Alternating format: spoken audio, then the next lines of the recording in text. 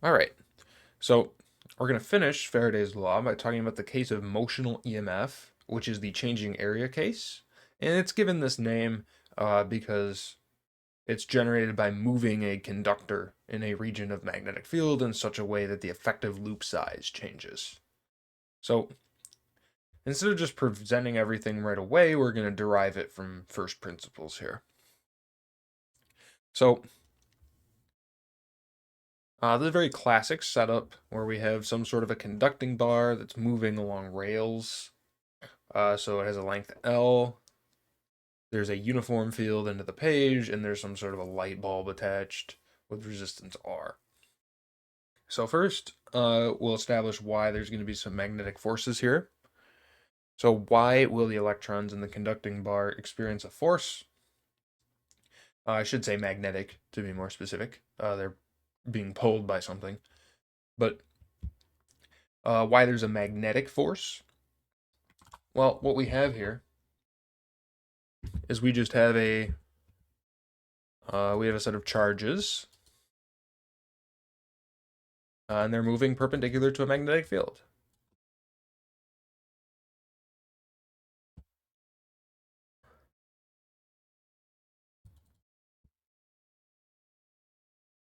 So this is your QV cross B force, right? If I have some electrons that are getting in the bar, and I'm picking the electrons because those are the charge carriers. So the electrons are getting pulled to the right, and there's a field into the page, so there's going to be a QV cross B force there. All right, what direction would that be? Well, if I stick my left hand for electrons, my left thumb is in the direction of V, which is to the right, and then I stick my fingers into the page, I'm getting my palm is down. So the electrons will get pushed down by the magnetic force. So as such, explain why there's going to be an electric field inside the bar. Well, if the electrons are getting pushed down inside the bar, that's going to mean that the electrons are going to sort of collect on the bottom of the bar, making the top of the bar positively charged in relation. So there will be this sort of electric field that is established inside the bar. And this is going to keep increasing until the two forces balance. So this will look very similar to a formula we've seen before, and we'll wait till after we do the next part to reflect on that. So derive an expression for the potential difference between the top and the bottom of the bar. So inside the bar, we know that this length is L. And we also know that due to this field establishing as equilibrium, we know that the electric force and the magnetic force must balance. So the QE electric force must balance the QVB magnetic force. And as such, the electric field must be V times B. But we don't want that. We want the potential difference. And remember that delta V in magnitude is equal to ED, because E is the slope of the terrain, which is how we thought of potential. So if I just slap an L on both sides of this equation, I can transform the left side into delta V. So I get delta V is equal to BvL. And this was definitely the formula we got for the Hall effect, which, if we remember, was the same thing happening, where we said if you had charge carriers and a conductor carrying current, there would be a potential difference perpendicular to the current flow direction. And there's no coincidence. Like, this is the exact same mechanics of the Hall effect. So we get our BvL Drizzy formula once again. So now we need to find the direction of current flow in this newly created circuit. So effectively, we created this battery. So no charge. So we're saying that charge really isn't flowing between these two due to this field and this separation happening. So effectively, what we've created is a little battery out of our conducting bar where the top of the bar is at a higher potential. And as such, we are just going to have a counterclockwise current.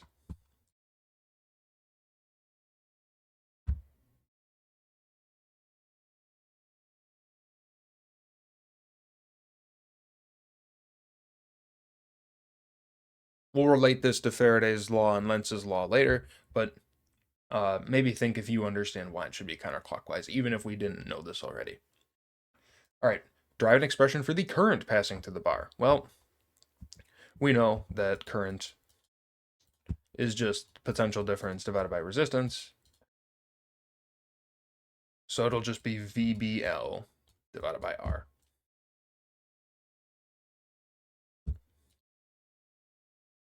So what's the significance of this result? Well, moving a conductor in a magnetic field generates current.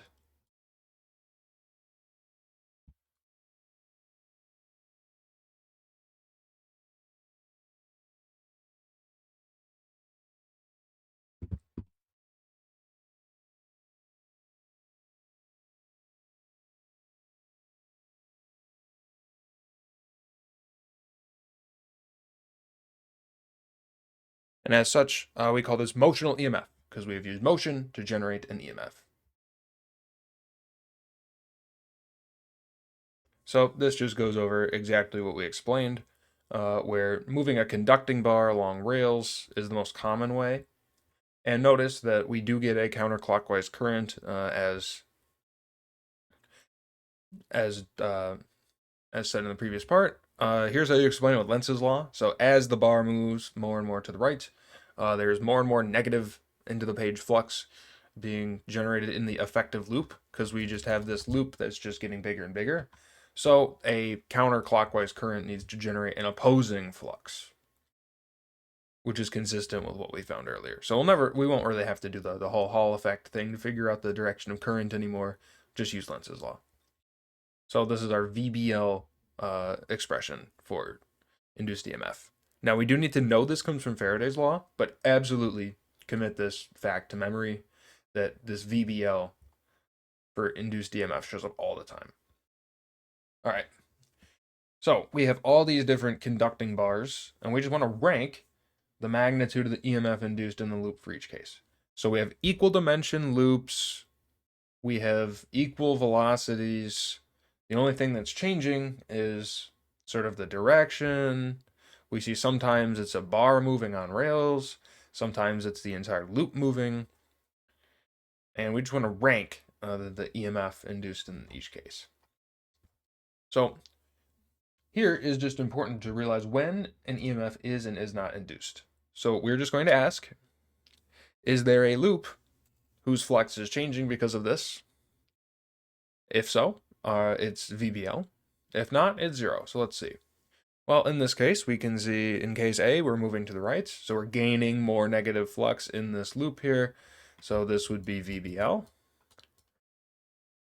Case B is the opposite of case A. We're just shrinking the loop size. It's VBL again. Case C, it's the entire loop. Still doesn't matter. We're still gaining flux in the loop. So it's VBL. Case D, we're not gaining flux because the entire loop is in the field. So here's a really important note. If you are entirely in the field and not changing the flux, there is no motional EMF because Faraday's law is all about the change in flux.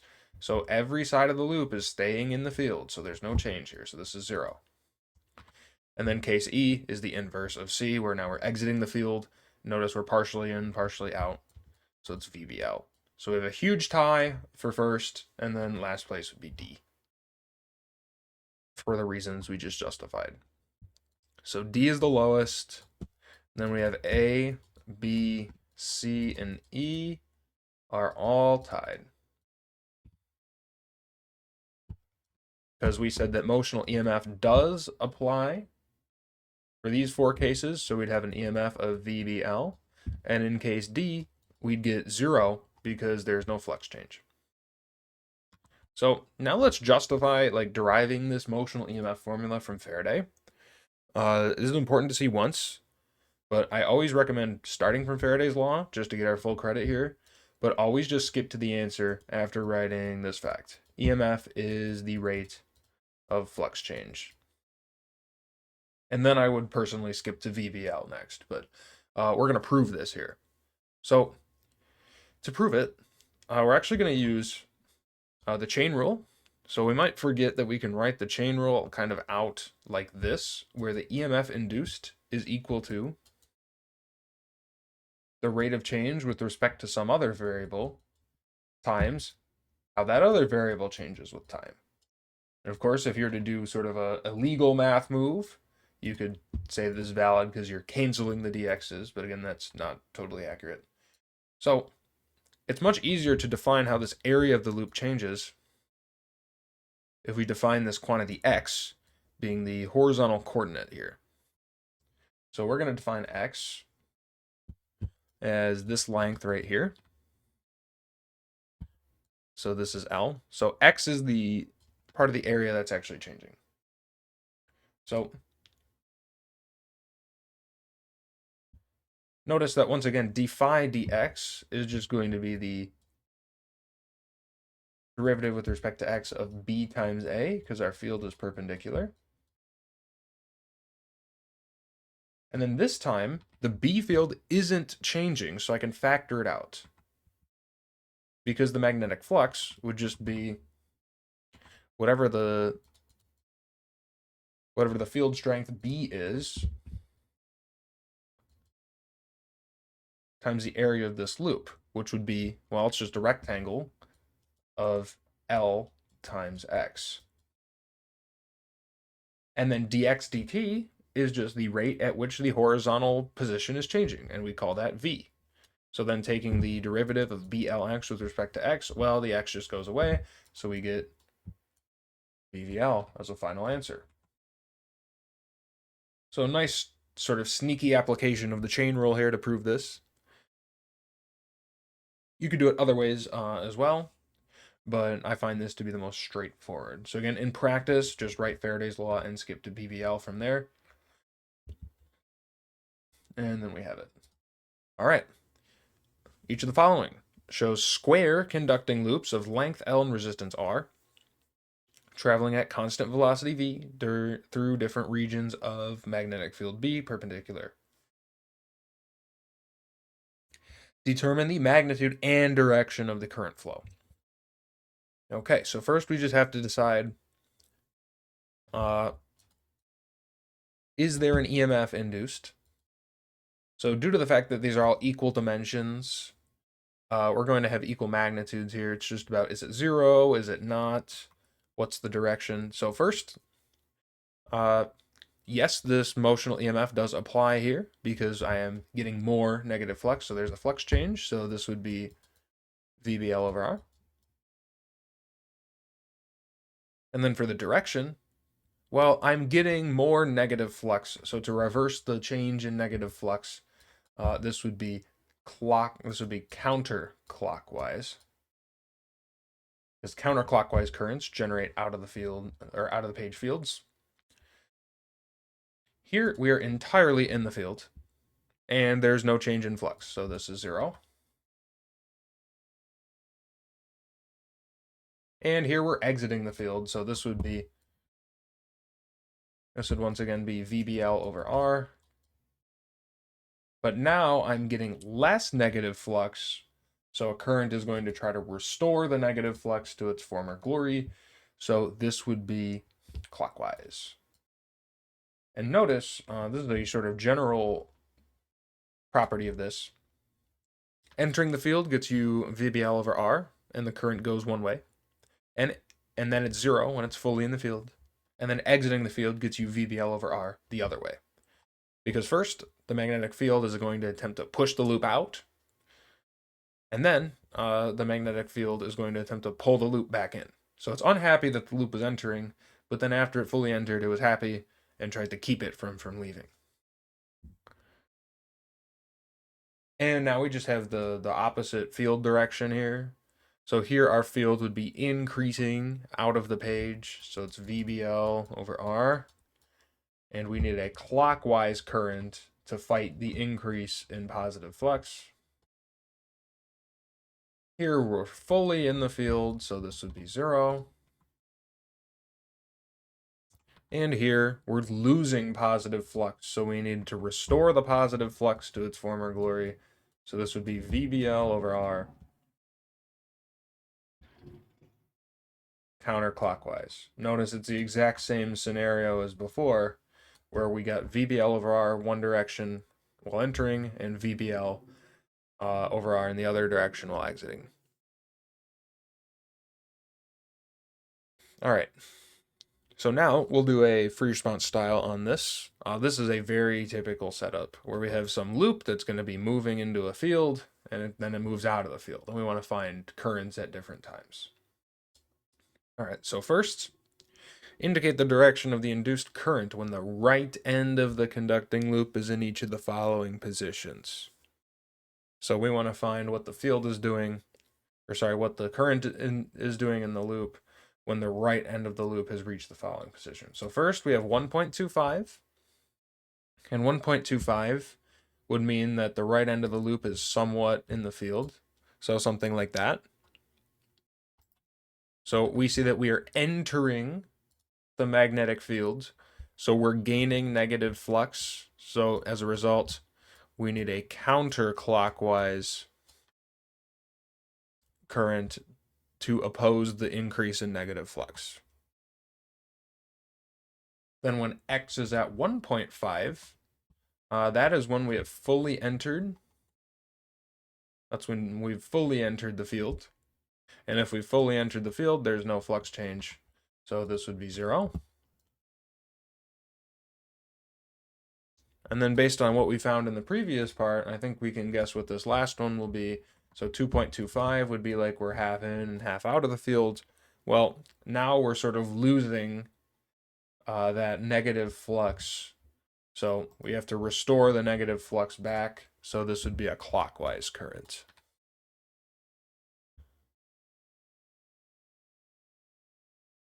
Now we're going to graph these qualitatively. So again, we have these huge sprawling graphs. We just want to make sure that we get the extremes right before filling in. So first, I should always ask, sort of, when should my graph be 0, if anything? Magnetic flux through the conducting loop. Well, I definitely don't have any magnetic flux at the start and at the very end. So I know that my ends of my graph are definitely going to be 0. And to figure out exactly when the zeros stop, well, notice the field starts at x equals 1. So I have no magnetic flux through the loop until x equals 1. And also, the loop would have fully exited the field when x is at 2.5.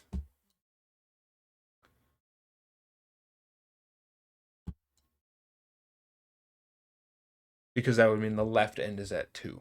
So it has fully exited the field. So now we have to figure out what's happening here. We also know that the loop is entirely in the field from x equals 1.5 to x equals 2. And I'm putting it negative because it's into the page. So I know the flux is going to be some constant negative value here. And then I will connect these with a linear relationship because due to the fact that it's a square, we are gaining area at a constant rate because this horizontal slice is moving at a constant speed into the field. So again, when we're at x equals 1.5, that represents sort of this time. And when we're at x equals 2, that represents this time. So the flux will increase to its maximum value as it moves that way. Now the induced current. So we know the induced current is going to be proportional to the flux change through the loop, and with a negative sign to incorporate Lenz's law. So first, I'm just making a negative derivative graph here. So first, no flux change, no current. Next, I am increasing my flux from 1 to 1.5 at a constant rate. So this would be a constant negative slope, and then I flip that to account for Lenz's law. Then no current is induced when it's fully in the field. And then we have the exact inverse happening on the way out. And notice that I didn't even need to know it was clockwise and counterclockwise to get the graph correct. And if I check my answers, it is in fact counterclockwise as it enters and clockwise as it exits. All right, now onto some computations. So effective resistance of the loop. Well, in our picture, we see that we have 3 resistances R just in series with one another. So our effective resistance is just going to be 8 plus 8 plus 8, which is 24 ohms. Then we'll look at the maximum power dissipated by the loop as it moves. So we know it's going to be dissipating maximum power when the EMF or the flux change or the current is the highest. So that's just any time it's entering. So power is the EMF squared divided by resistance. And we know that EMF in motional EMF is BvL. So we square that and divide by the resistance. And using the known values here of B, V, and L, we get 0.016 watts.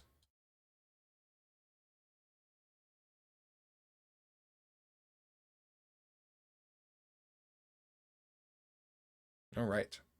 Suppose that the conducting loop is replaced with a square loop whose side lengths are twice as long.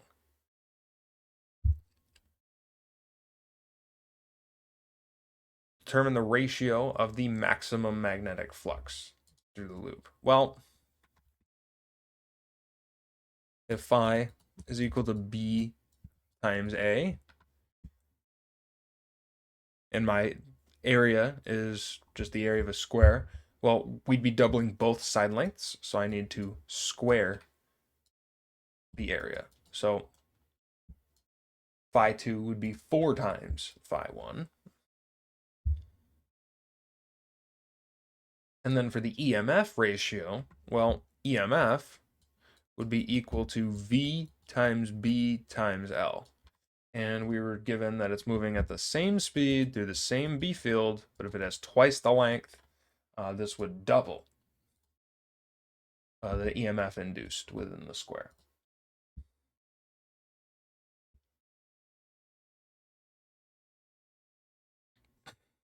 All right. Now onto the resistive forces.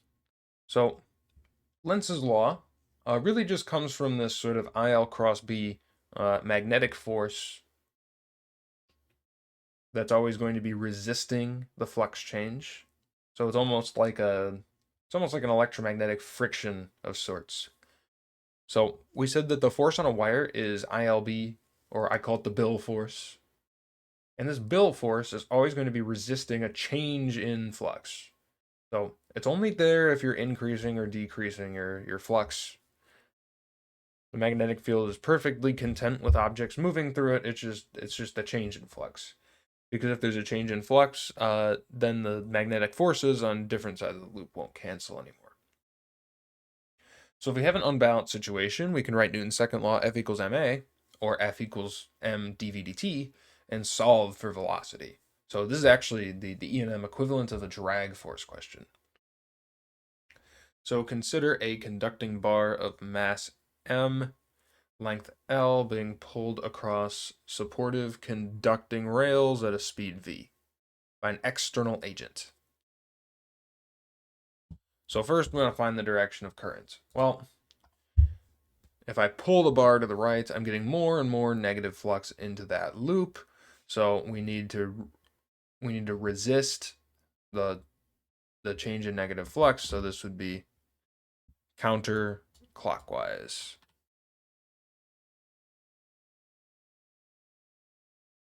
Derive an expression for the power dissipated by the bulb. Well, we know that power is the EMF induced squared divided by R.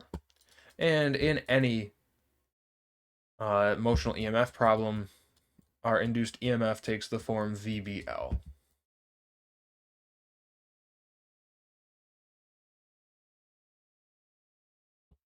Fix that now.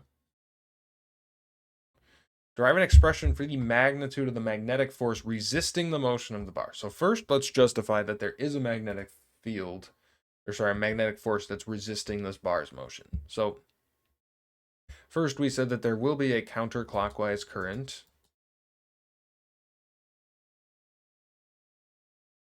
And if you try to do QV cross B with this, or IL cross B more appropriately, if you stick your right thumb upwards and stick your right fingers into the page, we get a pushing force to the left, which makes sense because it's resisting that velocity. So we know that FB would be equal to BIL, and the current is nothing but the EMF divided by the resistance. And we said that EMF is VBL in all of these problems. So we get two B's and two L's. So this would be B squared L squared over R times V. And that points to the left. All right.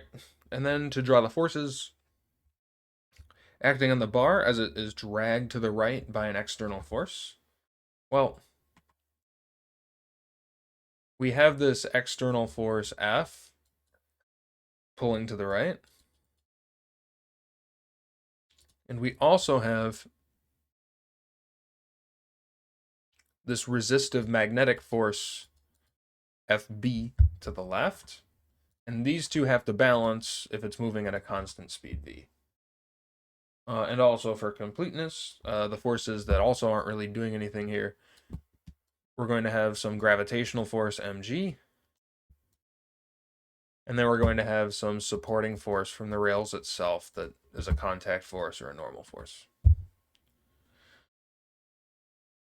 So now let's figure out what the power input of the external force is. So we're given that power could also be written as force times velocity. And the force has to be the same as the magnetic force. Because if the magnetic force is resisting the motion, then those two have to balance in order to keep it at constant speed. And we said this could be written as B squared L squared V over R. So we're just multiplying this B squared L squared V over R times V. And we get BvL all squared divided by R as the rate at which energy is being pumped into the bar. And notice that we see something that is probably not that surprising, actually. So we said that the energy that's being dissipated in the resistor is VBL all squared divided by R. But the energy that was being pumped in is BvL all squared divided by R. So this is just conservation of energy. The energy being pumped into the circuit is equal to the energy being pumped out.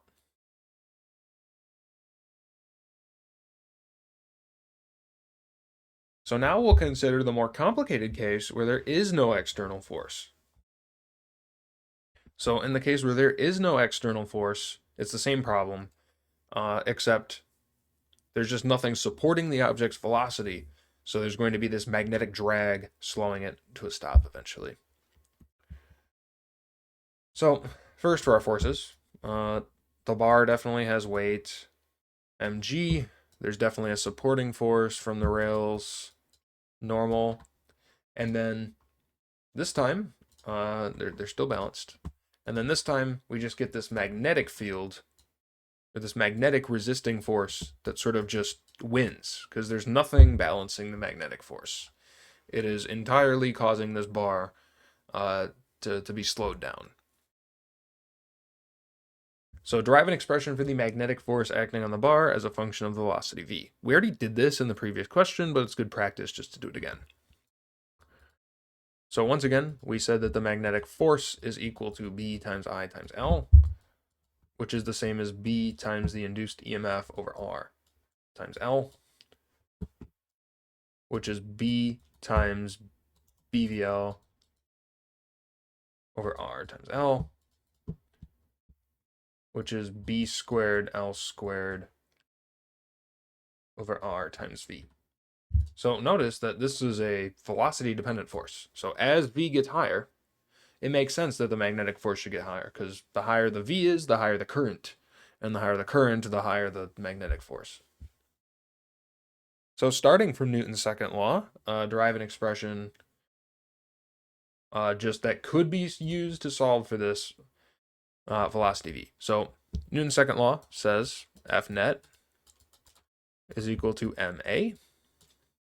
And in this case, the net force would be negative Fb is equal to ma. And anytime the force is attempting to slow you down, I put a minus sign. It's just my convention. And then we said that the magnetic force was equal to B squared L squared over R times V. And this is correct, but it's not a differential equation yet because we didn't write a derivative. So I'd write m dv dt is equal to negative B squared L squared over R times V. Or if you really just wanted to sort of get a head start and just solve for dv dt, you would get dv dt equals negative B squared L squared over mr times V. And again, differential equation means derivative in it. So you have to replace the a with dv dt. All right, now we're going to derive an expression for the bar's velocity as a function of time, meaning solve this. So we're launched at some velocity VL. What is it doing later? So we know that dv dt is equal to negative B squared L squared over mr times V. Now, I would suggest just knowing what the answer is by looking at it. Yes, we know the calculus and we'll actually show it, but notice that we just have something is equal to a constant times itself. So this is just a decaying exponential. And we know it starts at VO. So it'd be VO times e to the minus this constant times t. Let's show that. So separate, integrate, and simplify. So dv over v would be equal to negative B squared L squared over mr dt. And now we'll integrate. So my velocity will change from VO to some final V. And then my time will go from 0 to t. So as such, we'd get ln of V over V0 is equal to negative B squared L squared over mr times t. Then to eliminate the ln, we will exponentiate both sides. And then by multiplying through by VO, we do in fact get the answer we expect of V equals VO e to the minus B squared L squared over mr times t.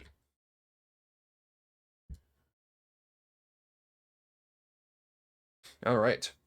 Now, we're going to look at this and think about some energy considerations. Derive an expression for the total energy dissipated by the light bulb. So, conventional approach would tell us that we just need to integrate the power. Very simple.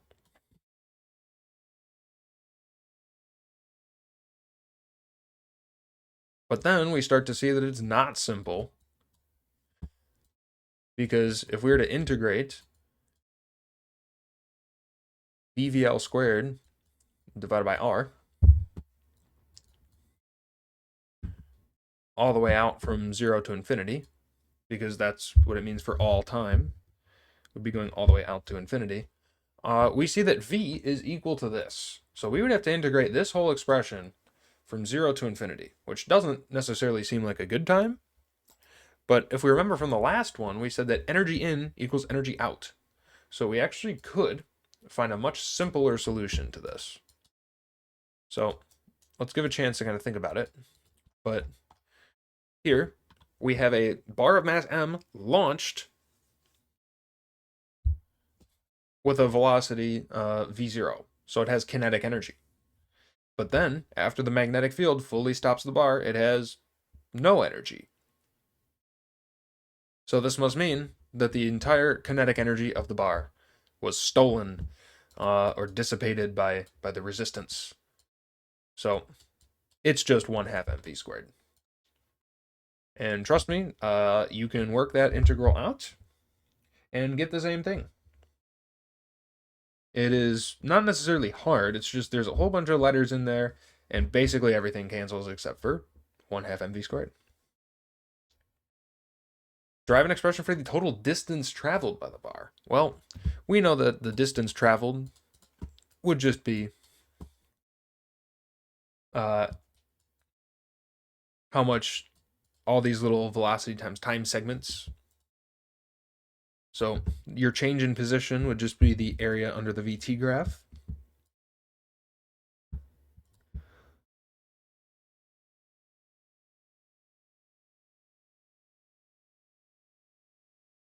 And by doing this, this is just a standard power rule. So we get V0 times negative mr over b squared L squared e to the minus b squared L squared over mr times t, evaluated from 0 to infinity. The upper limit goes to 0 and the bottom limit goes to 1. So we would just get all of these constants in front as our final answer with the minus sign removed. So mrv0 divided by b squared L squared. And looking at this mechanically, it should make sense that the things that appear in the numerator and denominator do so. Bigger mass bar goes farther because there's more inertia. More resistance, less current, less magnetic force, less resisting.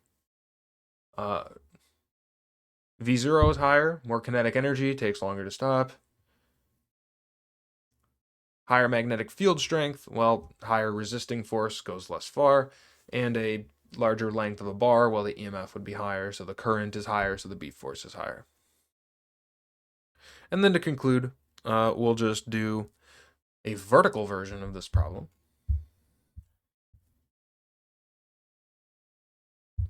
So, suppose a conducting bar of mass m and length L is suspended at rest horizontally, and then it is dropped into free fall. So this is just a free-falling version of the previous question.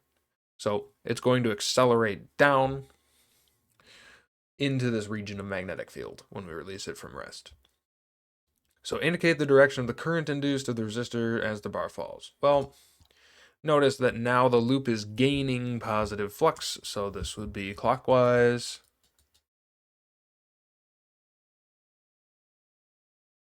Because a clockwise current would generate a into the page field to oppose gaining all of this out of the page flux. Draw a free body showing the forces acting on the bar as it is falling. Assume there's no contact force. So assume normal force is 0. So, well, we know that we are going to have some sort of a gravitational force mg. So there's a weight of the bar falling, but then as the bar falls, there has to be some sort of magnetic force resisting that falling. And not that the relative length matters right here, but we know there would be a magnetic field that's exerting an upwards force on the bar, resisting the motion. So this is about as close to drag as you can get. This is identical to drag in mechanics, where we have a free fall object except there's this sort of velocity-dependent force here. Explain why the bar will speed up as it falls, but will eventually approach a maximum speed. Well,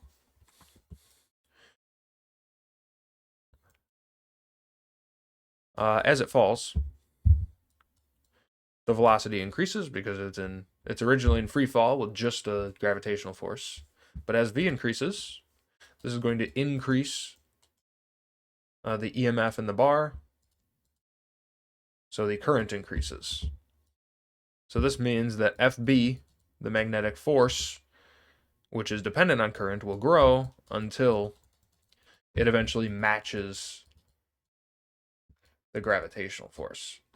So this is identical to air drag, where gaining speed actually increases the resistance of that caused by that force. Now, starting from Newton's second law, come up with a differential equation. Quite easy to see, actually, based on the above expression, what it would be. So we can once again utilize this fact that F net is equal to MA.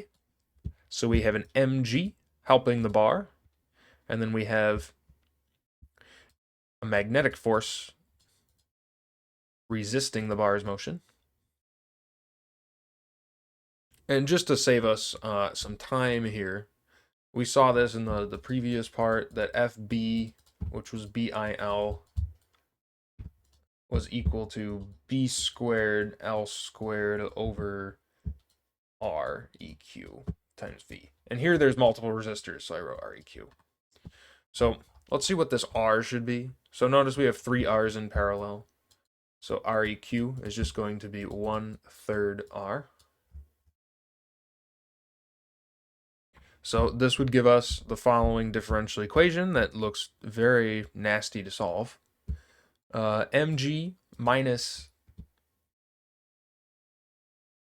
B squared L squared over 1/3 R is equal to M dV dt. And I might just clean up and solve for and put dV dt by itself.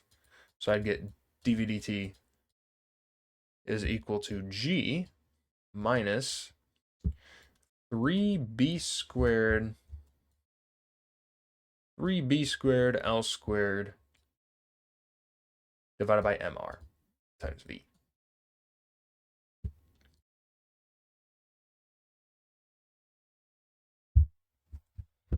So this is quite the differential equation we have going on here. Because it's not just the FB force anymore. We also have this driving sort of gravitational force. So it should make sense in our limits here. So we have the gravitational force causing an acceleration of g. So this is what the acceleration would be without resistance. And this is the subtracted acceleration due to this magnetic resistive force. All right, derive an expression for the maximum speed of the bar. So this is given a special name called terminal speed.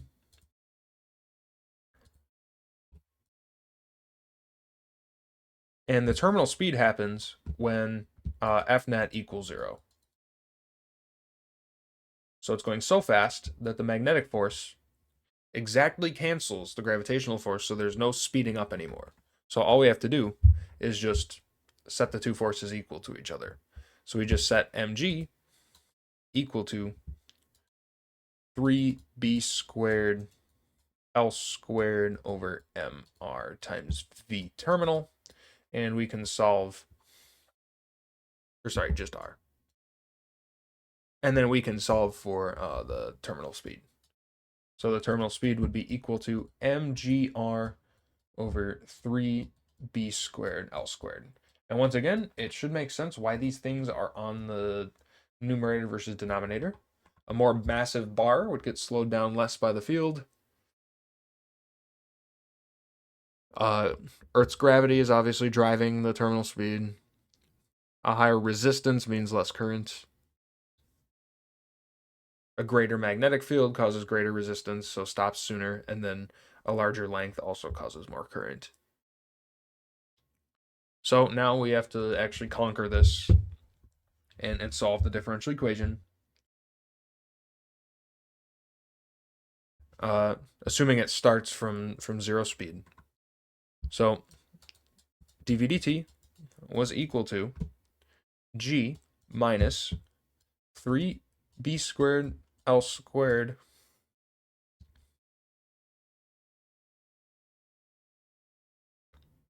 over mr. And we're actually going to solve this by cheating.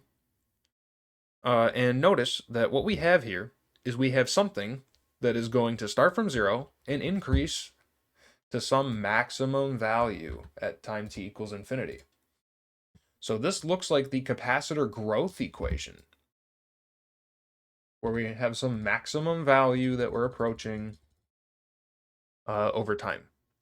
So we actually know that we can just write this as V is equal to V max times 1 minus e to the minus t over tau for some choice of tau. And again, I'm definitely skipping over some things here. So this might not be the most satisfying explanation, but just to not make us go through the separating and integrating for this, we said the terminal speed was equal to, I think I missed a 3 somewhere over here. No, I didn't.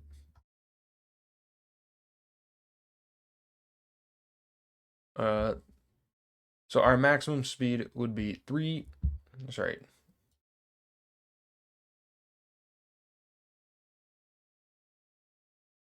That would be mgr over 3b squared L squared. And then times the quantity, 1 minus e to the minus 3b squared L squared over mr times t.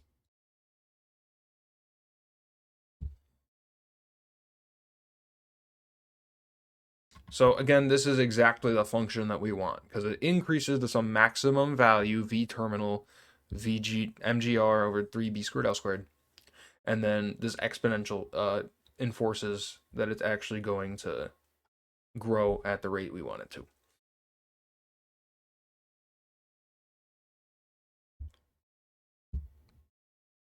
And then suppose the bar has speed Vf after following a distance h, derive an expression for the total energy dissipated by the resistors. So we definitely don't want to do calculus here. We're just going to set that the initial energy must be equal to the final energy. So originally,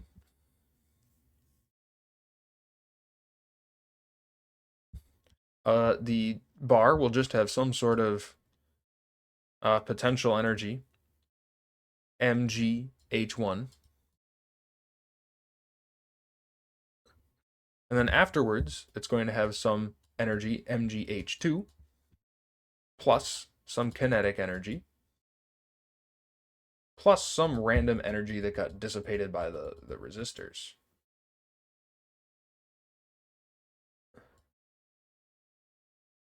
So by just subtracting the h's, we get that this mg capital H would be equal to 1/2 mvf squared, because we're just saying that the height change is capital H, plus the thermal energy in the resistors.